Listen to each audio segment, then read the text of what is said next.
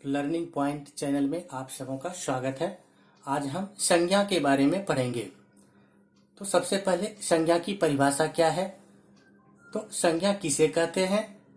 तो इसकी परिभाषा इस तरह से है कि किसी व्यक्ति, वस्तु, स्थान, भाव आदि के नामों को संज्ञा कहते हैं।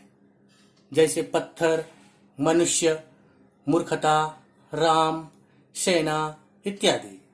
ये किसी व्यक्ति, वस्तु या स्थान या उनके भावों के नामों को संज्ञा कहते हैं। अभी संज्ञा के कार्य क्या है, इसके कुछ कार्य भी तो होंगे। जब हम संज्ञा के बारे में पढ़ रहे हैं तो उसके कुछ कार्य भी होने चाहिए। तो संज्ञा के कार्य क्या है, तो संज्ञा के निम्नलिखित प्रमुख कार्य हैं।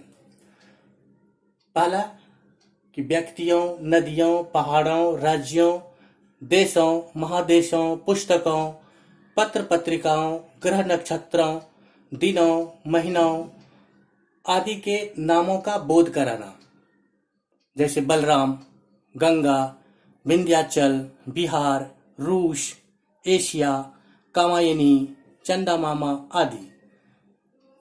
दूसरा इसके कार्य क्या है, ये पशुओं, पक्षियों, मिठाइयों, सवारियों आदि के नामों का भी बोध कराता है। जैसे गाय हुआ, पशुओं का नाम, कबूतर पक्षी हुए, जलेबी मिठाई हुए, साइकिल सवारी हुए, तो इसके नामों का भी बोध कराता है। तीसरा है कि समूह का भी बोध कराता है संज्ञा, जैसे झुंड, सेना आदि। अभी संज्ञा के चौथा कार्य क्या है, तो यह किसी धातु या द्रव्य का बोध कराता है। जैसे सोना, चांदी, घी आदि। पांचवा इसका है कि व्यक्ति या पदार्थों के भाव, धर्म, गुण आदि का बोध कराता है। जैसे दया, कृपा, मित्रता, उष्णता, चतुराई आदि। तो अभी हम देखें कि संज्ञा के कुछ प्रमुख कार्य क्या क्या हैं। अभी संज्ञा के भेद या प्रकार, तो संज्ञा के कई भेद हैं, जिसमें से एक भेद यह है कि वस्तु की जीवंतता या अजीवंतता के आधार पर, इसके आधार पर हम संज्ञा को दो भागों में बांटे हैं। पहला प्राणीवाचक संज्ञा, दूसरा अप्राणीवाचक संज्ञा। तो प्राणीवाचक संज्ञा वो है जिसके अंतर्गत जैसे लड़का, घोड़ा, पक्षी आदि हैं, जिसमें कि जीवन है, ये चल फिर सकते हैं, अतः इन्हें प्राणीवाचक संज्ञा कहेंगे। अप्राणीवाचक संज्ञा है जैसे ईंट है, दीवार है आदि, जिसमें जीवन नहीं है, जो चल फिर नहीं सकते हैं, इसलिए इसे अप्राणीवाचक संज्ञा बोलते हैं या कहते हैं। अब संज्ञा का वर्गीकरण हम उसके गणना के आधार पर भी कर सकते हैं, यानी संज्ञा का वर्गीकरण उसके गणना के आधार पर भी हो सकता है। जैसे आम शब्द को लें, आम को हम गिन सकते हैं, 1, 2, 3, 4 इत्यादि, किंतु दूध को हम गिन नहीं सकते, केवल माप सकते हैं। प्रेम, घृणा आदि को भी गिनती नहीं की जा सकती। इसी तरह संज्ञा के भेद हो गए तो गणनीय और अगणनीय।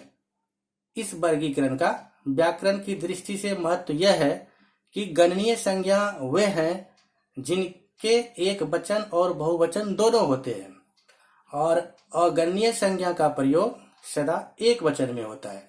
तो गणना के आधार पर मैंने संज्ञा के जो भेद बताए वो है गणनीय और अगणनीय। तो गणनीय के अंतर्गत एक वचन, बहुवचन दोनों रूप, और इसके अंतर्गत जातिवाचक सारे संज्ञा आएंगे। दूसरा अगणनीय है, इसके अंतर्गत व्यक्तिवाचक, द्रव्यवाचक, समूहवाचक और भाववाचक, ये सारे अगणनीय के अंतर्गत आएंगे। अब तीसरा वर्गीकरण संज्ञा का उसके व्युत्पत्ति के आधार पर है। तो व्युत्पत्ति के आधार पर संज्ञा को हम 3 भागों में बांटे हैं। पहला रूढ़, दूसरा यौगिक, तीसरा योग रूढ़। तो रूढ़ ऐसी संज्ञा है जिनके खंड निरर्थक होते हैं। जैसे आम, तो आम शब्द का आ और म अलग अलग कर दिए तो इसका कुछ भी अर्थ नहीं हो सकता। घर, हाथ, पैर, मुंह आदि ये सारे रूढ़ संज्ञा के उदाहरण हैं। उसी तरह यौगिक यौगिक ऐसी संज्ञा है जिनके खंड सार्थक होते हैं। जैसे रसोई घर, तो रसोई घर के दो खंड अगर करें तो पहला होगा रसोई और दूसरा घर, ये दोनों खंड सार्थक है। उस तरह पाठशाला, विद्यार्थी, पुस्तकालय, हिमालय, ये सारे जो है यौगिक संज्ञा के ही उदाहरण हैं। और योग रूढ़, ये ऐसी संज्ञा है जिनके खंड सार्थक हों परंतु जिनका अर्थ शब्द खंडों से निकलने वाले अर्थ से भिन्न होता है। जैसे पंकज, तो पंकज के दोनों खंड करने पे पंक और ज जो सार्थक हैं। पंक का अर्थ है कीचड़ और ज का अर्थ है जन्मा हुआ, किंतु पंकज का अर्थ होगा कमल, ना कि कीचड़ से जन्मा हुआ। तो इस तरह से इसके बारे में हम लोग इसके पहले के वीडियो में भी विस्तृत जानकारी पा चुके हैं कि रूढ़, यौगिक और योग रूढ़ क्या है।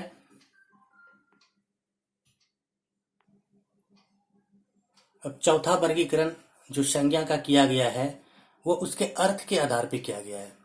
मतलब अर्थ के आधार पर संज्ञा का जो परंपरागत वर्गीकरण किया गया है उस दृष्टि से इसके 5 भेद हैं। पहला है व्यक्तिवाचक संज्ञा जिसे प्रोपर नाउन कहते हैं। दूसरा है जातिवाचक संज्ञा जिसे कॉमन नाउन कहते हैं। तीसरा है समूहवाचक संज्ञा जिसे कलेक्टिव नाउन कहते हैं। चौथा है द्रव्यवाचक संज्ञा जिसे मटेरियल नाउन कहते हैं। और पांचवा है भाववाचक संज्ञा जिसे एब्स्ट्रैक्ट नाउन कहते हैं। अब इन पांचों भागों का, पांचों भेदों का हम एक एक करके अलग अलग डिटेल से मतलब विस्तृत रूप से पढ़ेंगे। व्यक्तिवाचक संज्ञा या प्रॉपर नाउन, इससे किसी एक व्यक्ति, पदार्थ या स्थान का बोध होता है। जैसे हिमालय, गंगा, पटना, श्री राम, विष्णु इत्यादि। तो व्यक्तिवाचक संज्ञा में और भी सारे नाम समाविष्ट है। जैसे व्यक्तियों के नाम तुलसीदास, महेश, राम आदि ऐसे व्यक्तियों के नाम। नदियों के नाम गंगा, गंडक, यमुना इत्यादि। झीलों के नाम डल झील, बैकाल झील इत्यादि। समुद्रों के नाम प्रशांत महासागर, हिंद महासागर आदि। पहाड़ों के नाम जैसे आल्प्स, विंध्य, हिमालय इत्यादि। गांवों के नाम जैसे मनियप, विश्पी, पैनाल इत्यादि, कोई भी गांव के नाम। नगरों के नाम जैसे पटना हुआ, रांची हुआ, जमशेदपुर हुआ, मुंबई हुआ, दिल्ली हुआ इत्यादि नगरों के नाम। सड़कों, दुकानों, प्रकाशनों आदि के नाम अशोक राजपथ, भारती भवन इत्यादि। महादेशों के नाम एशिया, यूरोप, अफ्रीका इत्यादि। देशों के नाम चीन, भारतवर्ष, रूस इत्यादि। राज्यों के नाम उड़ीसा, बिहार, महाराष्ट्र, पंजाब, हरियाणा इत्यादि। पुस्तकों के भी नाम रामचरितमानस, शूरसागर इत्यादि। पत्र पत्रिकाओं के नाम जैसे दिनमान, अवकाश जगत, the times of India, Hindustan times, Hindustan इत्यादि न्यूज़पेपर, पत्र पत्रिकाओं के नाम। त्योहारों, ऐतिहासिक घटनाओं के नाम जैसे गणतंत्र दिवस, बाल दिवस, रक्षाबंधन, शिक्षक दिवस, होली इत्यादि। ये सारे त्योहारों, ऐतिहासिक घटनाओं के नाम भी इसी के अंतर्गत आते हैं। फिर महीनाओं के नाम अश्विन, कार्तिक, जनवरी आदि। ग्रह नक्षत्रों के नाम सूर्य, रोहिणी, चंद्र आदि। दिनों के नाम सोमवार, मंगलवार, बुधवार इत्यादि। ये सभी जो है व्यक्तिवाचक संज्ञा के अंतर्गत आते हैं।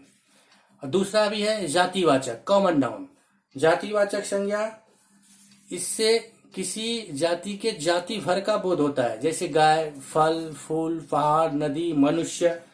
तो इससे किसी वस्तु या प्राणी की संपूर्ण जाति का बोध होता है। जैसे गाय बोले तो गाय किसी एक गाय को नहीं कहते, अपितु यह शब्द संपूर्ण गौ जाति के लिए प्रयुक्त होता है। मनुष्य शब्द किसी एक व्यक्ति के नाम को सूचित न कर मनुष्य जाति का बोध कराता है। उसी तरह पशु, पक्षियों, कीटों के नाम, ये सारे जो है जातिवाचक संज्ञा के उदाहरण हैं। उसी तरह फलों, सब्जियों, फूलों के नाम जैसे आम, केला, परवल, पालक, ये सारे जो है फलों, सब्जियों के नाम, ये सारे जातिवाचक के अंतर्गत आते हैं। पहनने के, ओढ़ने के, बिछाने के आदि सारे सामान, जैसे कुर्ता, जूता, तकिया, धोती, साड़ी इत्यादि, ये सारे जातिवाचक संज्ञा के उदाहरण हैं। अन्न हुए, मसाले हुए, मिठाइयाँ हुआ, फल फूल हुए, ये सारे जातिवाचक संज्ञा के उदाहरण हैं। गेहूं, चावल, जलेबी, तेजपत्ता, रसगुल्ला इत्यादि, ये सारे जातिवाचक संज्ञा के अंतर्गत आते हैं।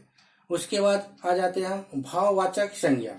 तो भाववाचक संज्ञा, इससे किसी व्यक्ति या वस्तु के गुण, धर्म, स्वभाव इत्यादि का बोध होता है।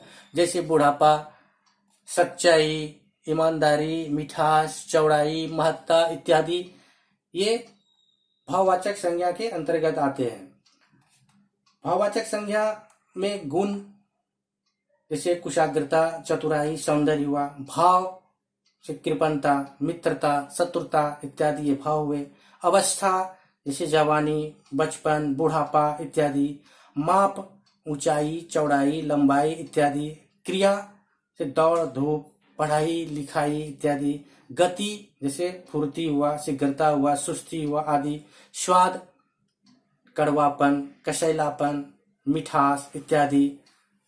उसी तरह दया की भावना, करुणा, दया, क्षोभ, ये सारे अमूर्त भावना है। ये सारे जितने भी हैं, ये सारे भाववाचक संज्ञा के अंतर्गत आते हैं। अब द्रव्यवाचक संज्ञा, मेटेरियल नाउन, इससे किसी द्रव्य या धातु का बोध होता है। जैसे दूध, सोना, चांदी, घी, पानी, पीतल, ये सारे द्रव्यवाचक संज्ञा है। तो द्रव्यवाचक संज्ञा किसी धातु या द्रव्य का बोध कराती है। जैसे घी, चांदी, पानी, पीतल, सोना इत्यादि जो है, द्रव्यवाचक संज्ञा की सबसे बड़ी विशेषता यह है कि इसके पूर्ण रूप और अंश के नाम में कोई अंतर नहीं होता है ना। द्रव्यवाचक संज्ञा की सबसे बड़ी विशेषता है कि इसके पूर्ण रूप और अंश के नाम में कोई अंतर नहीं होता है, जबकि जातिवाचक के पूर्ण रूप और अंश के नाम में पर्याप्त अंतर हो जाता है। एक टुकड़ा सोना भी सोना ही है, और एक टुकड़ा और एक बड़ा खंड भी सोना ही है। उसी तरह एक बूंद घी भी घी है, और 1 किलो घी भी घी है। किंतु एक पूरे वृक्ष के टुकड़े को हम वृक्ष कदापि नहीं कहेंगे। उसे लकड़ी, सिल्ली, टहनी, डाली आदि जो कहें। तो द्रव्यवाचक संज्ञा से निर्मित पदार्थ जातिवाचक संज्ञा होते हैं। लेकिन कुछ विद्वानों का कहना है कि संज्ञा के समूहवाचक तथा द्रव्यवाचक जैसे 2 अलग अलग भेद मानने की कोई आवश्यकता नहीं है। वस्तुतः इन दोनों का समाहार जातिवाचक संज्ञा में ही हो गया है। तो द्रव्यवाचक संज्ञा सिंपल जो है, हम इसे ऐसे ही बोलना उचित समझते हैं कि इससे किसी द्रव्य या धातु का बोध होता है। दूध, पानी, सोना, चांदी, घी इत्यादि हम जो भी द्रव्य बोलते हैं वो सारे द्रव्यवाचक संज्ञा के अंतर्गत आते हैं। और लास्ट 5वां जो है, ये है समूहवाचक संज्ञा, कलेक्टिव नाउन। इससे समूह अथवा समुदाय का बोध होता है। जैसे वर्ग, सेना, सभा, गुच्छा इत्यादि। तो समूहवाचक संज्ञा पदार्थों के समूह का बोध कराता है। जैसे गिरोह हुआ, झुंड हुआ, दल हुआ, सभा हुआ, सेना हुआ इत्यादि। ये शब्द किसी एक व्यक्ति या वस्तु का बोध ना कराकर अनेक का, उनके समूह का बोध कराते हैं। ये किसी एक सिंगल, एक अकेला किसी व्यक्ति या वस्तु का बारे में नहीं बोलता। इसमें उसी वस्तु या व्यक्ति के समूह का बोध होता है। इसके लिए इसे समूहवाचक संज्ञा कहते हैं। अब संज्ञा के भेदों में परिवर्तन के बारे में जानते हैं। जैसे पहला है कि जातिवाचक जो है व्यक्तिवाचक के रूप में कैसे होता है।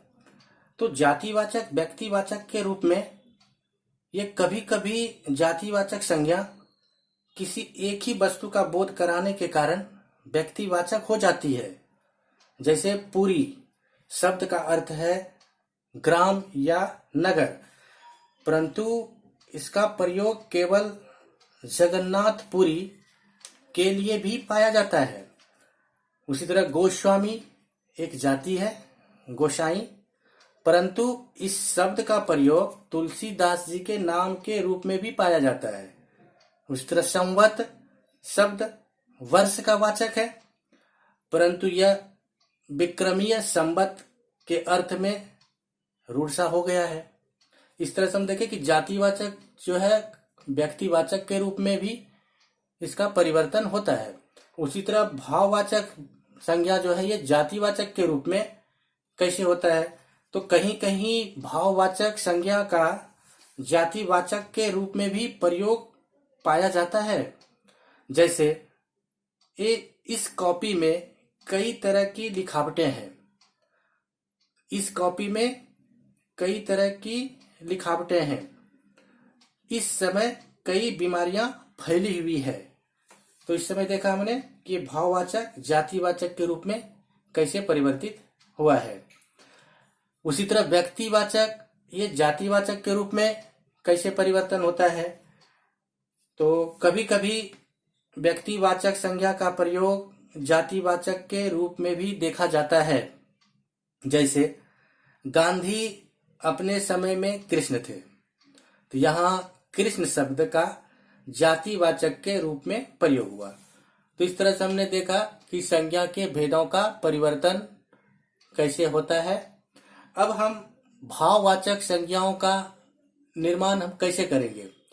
जातिवाचक संज्ञा से, व्यक्तिवाचक संज्ञा से, सर्वनाम से, विशेषण से, क्रिया से, अव्यय से कैसे हम भाववाचक संज्ञा बना सकते हैं। तो भाववाचक संज्ञा का निर्माण जो है प्रायः सभी शब्द भेदों से होता है। जैसे संज्ञा के दो प्रमुख भेदों जातिवाचक और व्यक्तिवाचक से भाववाचक संज्ञा बनाई जाती है। तो अभी जातिवाचक संज्ञा से कैसे भाववाचक बनाएंगे, तो जातिवाचक संज्ञा के उदाहरण है जैसे मनुष्य। तो मनुष्य से भाववाचक संज्ञा क्या बनेगा, तो मनुष्यता। बूढ़ा से बुढ़ापा आदि। उसी तरह व्यक्तिवाचक संज्ञा, व्यक्तिवाचक संज्ञा राम है, इससे भाववाचक कैसे क्या बनेगा, तो रामत्व। शिव से शिवत्व आदि।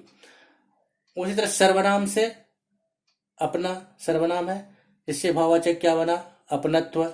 मम जो है सर्वनाम है, इससे ममता, ममत्व आदि। फिर विशेषण से कठोर, जैसे कठोर विशेषण है तो इससे भाववाचक हो गया कठोरता। सुंदर विशेषण है, इससे भाववाचक हो गया सुंदरता आदि। उस तरह क्रिया से, क्रिया जैसे खेलना, पढ़ना, लिखना सारी क्रिया है, तो क्रिया से भाववाचक कैसे बनाएंगे, तो क्रिया खेलना है तो इसका भाववाचक हो गया खेल। पढ़ना क्रिया है, इसका भाववाचक क्या हो गया, पढ़ाई आदि। उस तरह अव्यय, अव्यय से कैसे भाववाचक होगा, तो अव्यय का मान लीजिए एग्जाम्पल उदाहरण मैंने लिया समीप, तो इससे भाववाचक क्या हो गया, सामीप्य। अव्यय दूसरा अव्यय है दूर, इसका भाववाचक क्या हो गया, दूरी। तो आदि इस तरह से भाववाचक संज्ञाओं का निर्माण हम जातिवाचक संज्ञा से, व्यक्तिवाचक संज्ञा से, सर्वनाम से, विशेषण से, क्रिया से, अव्यय से कर सकते हैं। तो आज बस इतना ही। हमारे इस चैनल को आप सब्सक्राइब करें, बेल आइकन को दबाना ना भूलें। जय हिंद, जय भारत।